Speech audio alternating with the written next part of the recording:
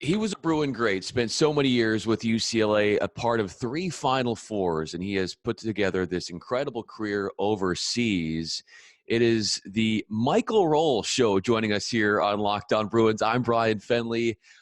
Michael, given the circumstances, how are you doing? Because I know we're going to get into this in this podcast, but you've had to have your season stop because of the coronavirus crisis. But how are you doing right now? Right now, I'm great. Okay, good. Given all circumstances, obviously it's a terrible time for the whole world, but I'm happy to be back in California currently, and I'm in my house, just staying safe and hanging low. So a couple weeks ago, I was listening to your podcast that you did with Tom over at NBC, and you were saying that, look, you're probably going to stay in Italy because you're playing overseas in Italy despite the lockdown and weather things through there and wait it out. What forced you to change up your schedule and now find a way to come back to the United States until things settle down over there? Yeah, so that was the original plan. Obviously, we expected our season to go until June. My wife is pregnant; she's due at the beginning of May. So, given once this whole thing started and our season was kind of put on suspension in early March, obviously we didn't know right away what it was going to be, for how long we were going to be out, and what the situation was going to be a month later, or even that. So it became pretty evident that the season was going to be canceled, which the Italian league canceled the season officially a couple days ago. And right before that, speaking with the coaches and the management staff, they all kind of felt the same. So it was either my wife and I get on a plane immediately and fly home so we can have birth back at home, be around family, or we're going to have to wait pretty much until June to be able to go home, and it'll just be her and I and be in lockdown. So we chose to come home. It was a little bit late given the pregnancy, but the doctor signed off on it. He suggested it because of how hospitals were in Milan, being so overrun with patients. It was just full. They had a lot of issues going on. So we felt it was better to come home. The travel to get to the United States, take us through what that ordeal was like, because I'm sure figuring out your plans, getting on a plane, that might not have been the easiest thing to do given the times we're in right now. No, absolutely not. Like I said, we weren't planning on it, so we had to pack. We had to pretty much box up our whole apartment, find a situation for the things that we were going to keep for next year, wherever we may be. And then we had to find flights. So originally, I found a flight that would, started in Milan and ended up in San Diego. But just even a couple hours after that, with all the flight cancellations, everything changed. So we ended up flying Milan to Rome, Rome to JFK, JFK to Salt Lake City, and Salt Lake City to LA. So how long did this take? This sounded like a 2-day ordeal or something. Yeah, it was bad. It was Yeah. a total of 30 hours travel time. So my wife, being, at the time, 8.5 months pregnant, was not comfortable for her. Luckily, there were not many people on the plane, so we had our whole rows and we could lay down as much as possible.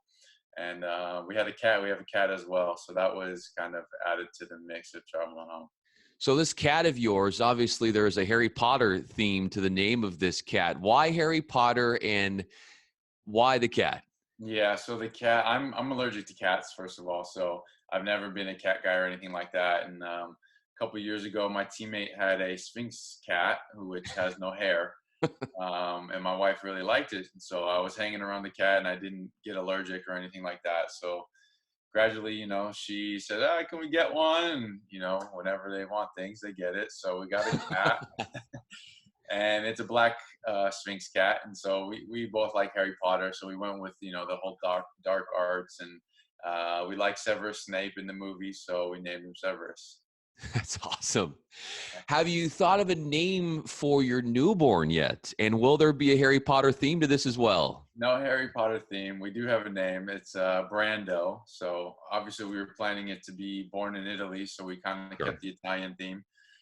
So we switched up the middle name. We haven't gotten that part yet, but everything that we were thinking has kind of taken a little change since we're back home in California now. Michael Roll joins us here on Locked On Bruins, part of 3 Final Fours with UCLA, now having a very decorated career overseas. Okay, your time while you are still in Italy and trying to figure out what is going on. You've been very open about how the NBA handled things better with the coronavirus crisis in basically saying, all right, we're not going to mess around. We are going to postpone operations right away. How has that differed from what you guys were dealing with in Europe and how you tested out ways to try to play without fans and that kind of created some chaos as well? Yeah, just from the beginning, my first podcast that I said, kind of got mixed up a little word wise, but I was just trying to say that Adam Silver has been fantastic in doing his job. He's always forward thinking. He's with the times, and he acted so fast with the whole coronavirus. Shutting down the league as soon as Gobert tested positive, and it's just different. Like obviously the television rights over here are a main contributor, and ticket sales are much different in Europe versus in the States. So I mean, Adam Silver has been proactive and trying to find ways if they're going to be able to finish the season, and just how he handled it at the beginning, I thought he was phenomenal. And there were times where you could see what was festering a couple weeks ago and your league was still playing. And you had spoken about some of the complications it was to play these games with teams coming out of other countries and making it happen.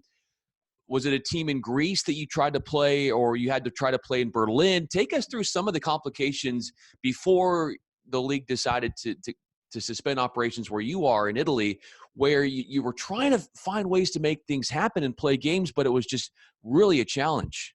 Yeah, so it is a very unique situation. Obviously, this is unprecedented times. So just to kind of walk you through, we had a double EuroLeague game week. So on Tuesday, we played Real Madrid in Milan. So that was Milan was kind of it was declared a red zone at the time. So we played with no fans. So Real Madrid flew in a couple hours before the game, went straight to I don't even know if they went to the hotel or not prior, but came to the game, played the game, and then they flew back home right after that. So they wanted, as little interaction with as many people as possible. So that was the situation. Then the next day, we flew to Valencia, Spain for our game on Thursday, which we played there with no fans. The Spanish government didn't want any fans there, just in case, somebody from Milan were to happen to bring the virus or situation, just to, try to avoid everything possible. So then we went through the weekend. Our Italian league game was canceled, and so we were supposed to schedule our next home EuroLeague game the next Thursday. We were set to play a Greek team, Olympiacos, at home in Milan. And given the situation and how things were, the EuroLeague came up with the idea of us playing in Berlin. So they rescheduled it for in Berlin Friday, and we elected to fly there Friday morning, play the game, and then fly home. Unfortunately for Olympiacos, they flew there Thursday morning.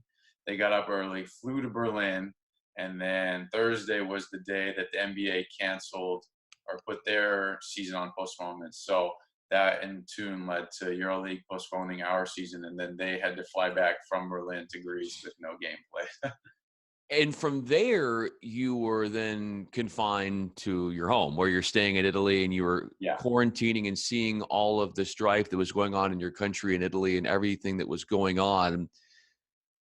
What was that like for you to be stuck in your home, barely going outside at all for days and weeks on end? hmm Yeah, it was strange, really.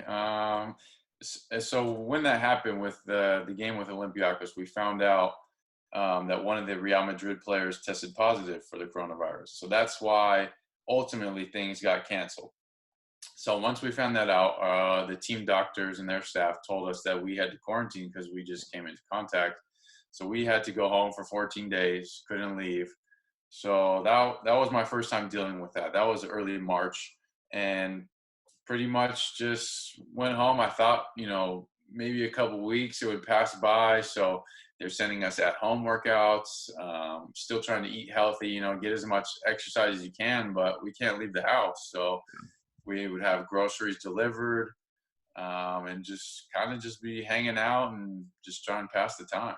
I mean, you're a guy that loves exercise, so that must have been a bit of an issue too, because you're here stuck in your home and you're trying to stay fit and in conditioning. And I mean, God forbid, try to get some shots up.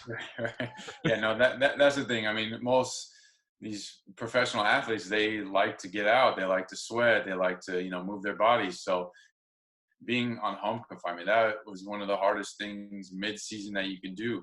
Your body is just in the motion. It's so well tuned, and then you just all of a sudden stop and do nothing. It's not like we have weight rooms in our apartments in the middle of the city.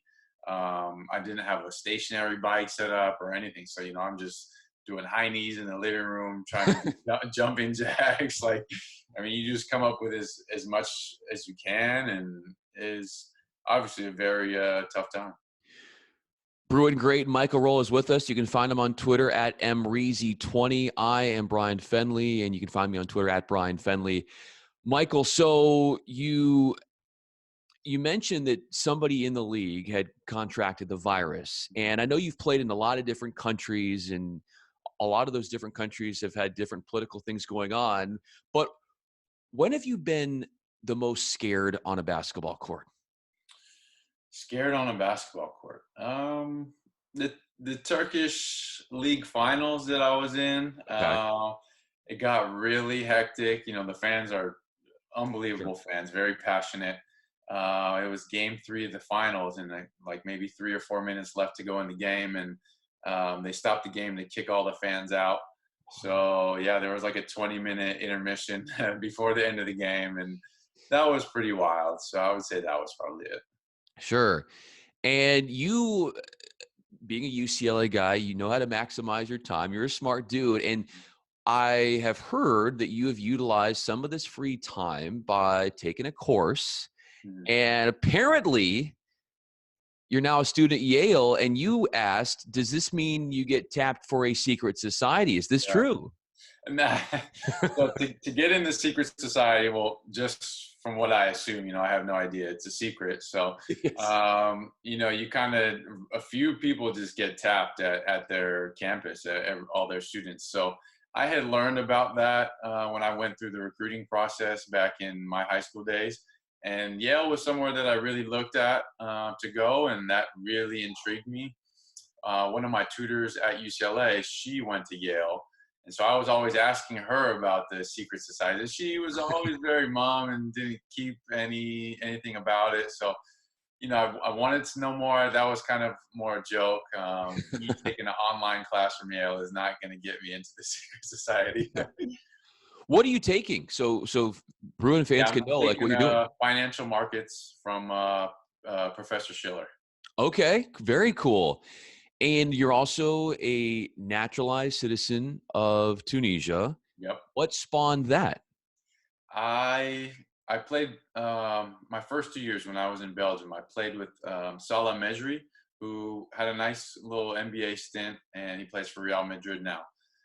We became really good friends, and they were looking to naturalize somebody for at the time, and I said, "Hey, I want to do it. What can I do to make it happen?" I got to play the Afro basket, the Olympic qualifying tournament 5 years ago, and then this past summer in the World Cup. I mean, and it's been a lot of fun. I want to ask you about, I think it was a warm-up game before the World Cup where you were playing Japan. Over 18,000 at this arena. And what do? They give it to Michael Roll. He goes to work inside and scores the game winner. You had, I think, 19 points. You made like 3 3-pointers. How special must that have felt for you to be a part of that? That was really fun time. Preparing for the World Cup, we went to Tokyo like a week before we had to be in China to get acclimated with the time zones and play a couple preparation games. So we played Japan, like I said, in Tokyo. The arena was packed. They were a very good team, and fans were fantastic. And luckily, it just came down to being a really close game, and I made the game-winning shot there. But that was, I mean, just that whole experience was phenomenal. One of the many game-winning shots that Michael Roll has hit in his career. We are joined by the Bruin great here on Locked On Bruins. And Going back to your college time now, you've been asked about this a whole lot. I know you've been asked about Russell Westbrook and what you did not see out of him that he is showing now and all of that. Of the three Final Four teams that you were a part of, which one was the most close chemistry-wise? Okay, so like I would say probably my third year. Okay. That I actually was redshirting that year. I got hurt middle of the season. But me being my third year, I was kind of, I could relate to the younger guys and the older guys just from age wise, maturity wise. And like my freshman year, I was just kind of along for the ride. Like obviously I played and, I was a factor in some games, but me being so young and like kind of wide eyed to not really know how things were and how the world worked even, just being a part of it. So I would say my third year was the closest. I mean, we all had a really good time on, playing cards, playing music on bus trips, and just joking around. I would say that was probably my closest team. And that was the year with Kevin Love, right? Yes. I've heard, and we had Alfred Aboya on the show the other day, and he said that he's never gone up against somebody as powerful and as dominant in practice, Mhm. wherever he's played, than Kevin Love. What was it like trying to battle him just on a regular basis at practice? And what did that signal to you that made him such a special player moving forward? Yeah. Well, like you said, special guy. I mean, you could see it just from him walking in the gym his first day. He's a huge guy, first of all, so his presence in the paint is known just by throwing him the ball. And just watching him play, I mean, he dominated everybody. It's crazy. Like, I'll never forget when we played at Stanford, both the Lopez twins. He dominated both of them just by himself. Like, just cleared them out, was getting easy buckets, rebounds in traffic. And I think stat wise, he did better than both of them combined. And he had so many games that was like, is this really happening? And he was just an incredible player. When do you feel like you were able to showcase your incredible talent on the court? Yes, you played a factor as even a freshman and going forward, but where was that one game? And I know it's a team sport, so you don't want to think individually in personal achievements and stats, but what was a game or a moment where you're like, wow, this is finally who I knew I could be as a basketball player on this court at this top tier college level? Yeah, like you said, my first couple years, I was just kind of like a contributing factor, a role player, so to speak. And I just always working. I never had a professional career in my sights.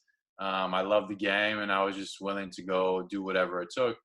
But my first couple years, I learned a lot of things, and then it was my fourth year, which was my junior year because I redshirted one. My fourth year, I had a really good stretch of games where there was a couple injuries on the team, and I was just shooting the ball like probably the best I had in my whole college career. A couple 20-point games, high teens, and it was just incredibly efficient. And after that, I started to get a little bit more minutes and a little more recognition. So it was some point in my fourth year that made me really take a step back and start to think that this is a possibility for me after college. You've always seemingly been a gym rat. And take us through, even when you were young, even in high school, the amount of hours that you would devote to the game that you knew it would take you to play at UCLA and then beyond. Well, basketball for me has just always been a true love. So if it's just playing in the street with my friends growing up, I was always the last one to leave. Like I didn't want to go home. I didn't want to go do homework. I was, come on, let's play one more game.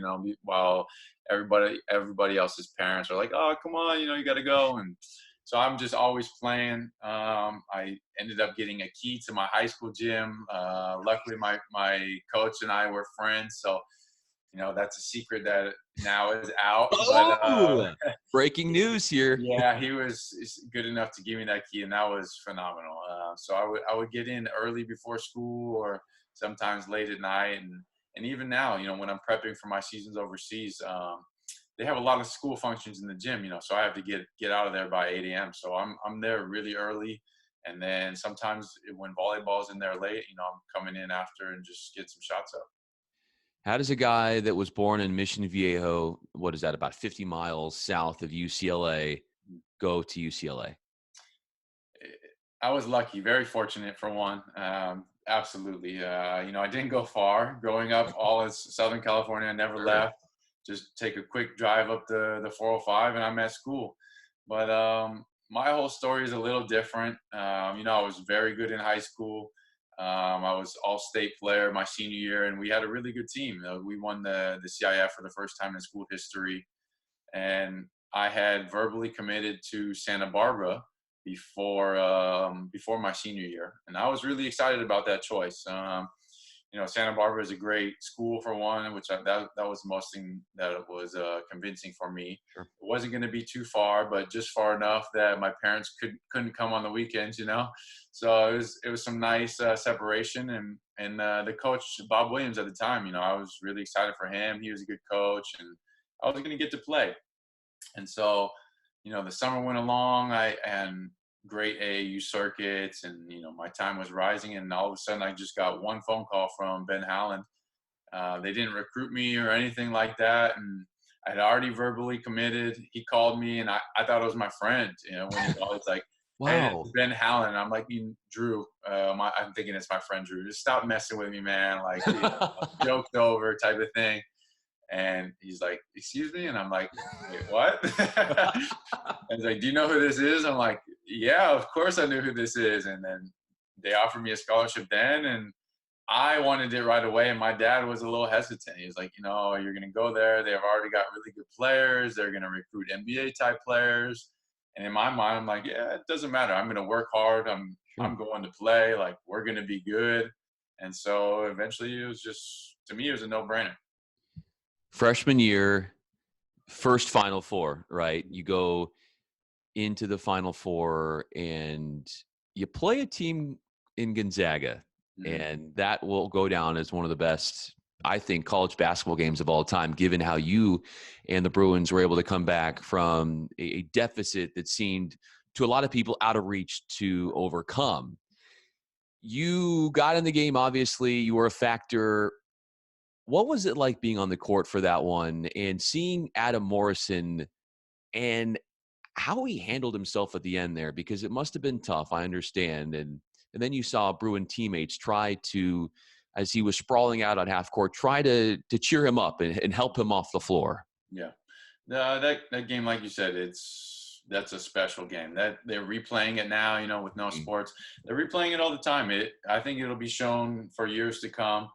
It's the tale of two halves. I mean, it just goes to show basketball. You got to play it until there's zeros on the clock. They were a really good team, and Adam Morrison that year was special. Like, you could see him. I remember at the beginning of the season, the Maui Classic, he was just Yes. throwing up 30 balls. I think he even had a couple 40. Yes. He could really score. Like, he could do it all. He could shoot. He's tall. He's long. He can get to the hoop. So, and it was their other pieces. Derek Ravio, Batista, couple shooters, Pargo in there. It was a really good team, and we knew we had our hands full. And they came out and they were dominating us straight out, and we didn't have an answer for it. But that give it credit to the players and the staff. I mean, we changed some things up, and we never quit. Obviously, I mean and the Gus Johnson on the call, he's Oh, unbelievable. Like, yes. every time you see it with Gus in your ears, like, you just get chills, and you'll go back and forth, and it's just an incredible moment. Everything lined up for you all at the end of that game. And reading some of the interviews from some of the assistant coaches on your team that year, they were skeptical that that was a team that could get to the Final Four and go all that distance. When did you have that signal in your mind, like, you know what, maybe we can? Because I know a lot of guys, even talking to like Ryan Hollins a couple weeks ago, he was like, when I started that year, I didn't think, until later on that we were going to be even at that level. Yeah. Ryan was right on. At the beginning, we were good, maybe. We had a lot of pieces to improve. I mean, Darren Collison played a huge factor that year. He was a freshman, so he had to gain some games under his belt and get some confidence in there. Me, Luke played right away, and Bamute. So we just had to mature, really get our rotation down. Some guys really poured it on. Hollins at the start of the year, like, I love him. He's a great guy, but he was terrible. He wasn't playing well. And Yeah. then right before the Pac-10 tournament, like, I don't know what happened, but Ryan Hollins played unbelievable. He played out of his mind. He was so good. 7-footer that could run. He was hitting jump hooks. He was rebounding. Obviously, he could jump. He was dunking everything. He got I think it was the region's most valuable player up until the Final Four. And Ryan turned it on so much. At that point, I was like, holy cow, where has this guy been this whole year? But right before the Pac-10 tournament, and then that whole tournament run, Ryan really solidified himself, made himself an NBA player, and he was a huge reason why we got a lot better. And somehow he made those free throws at the end of that game against Gonzaga, which I know he says now that he's confident that he would have always made. But I think as teammates and fans, we were all cringeworthy. Like, is this guy actually going to make these? And he ended Yeah, up doing that. yeah. You have been also following the current status of UCLA basketball and the job that Mick Cronin has done, and you even hailing Jaime Jaquez and pointing out on Twitter that, man, that guy's got some bounce. He's got that ability to shoot the rock, and that you would be tuned in to the season. From the outside look that you've had on this team and what they did this first year under Mick Cronin, what were your impressions?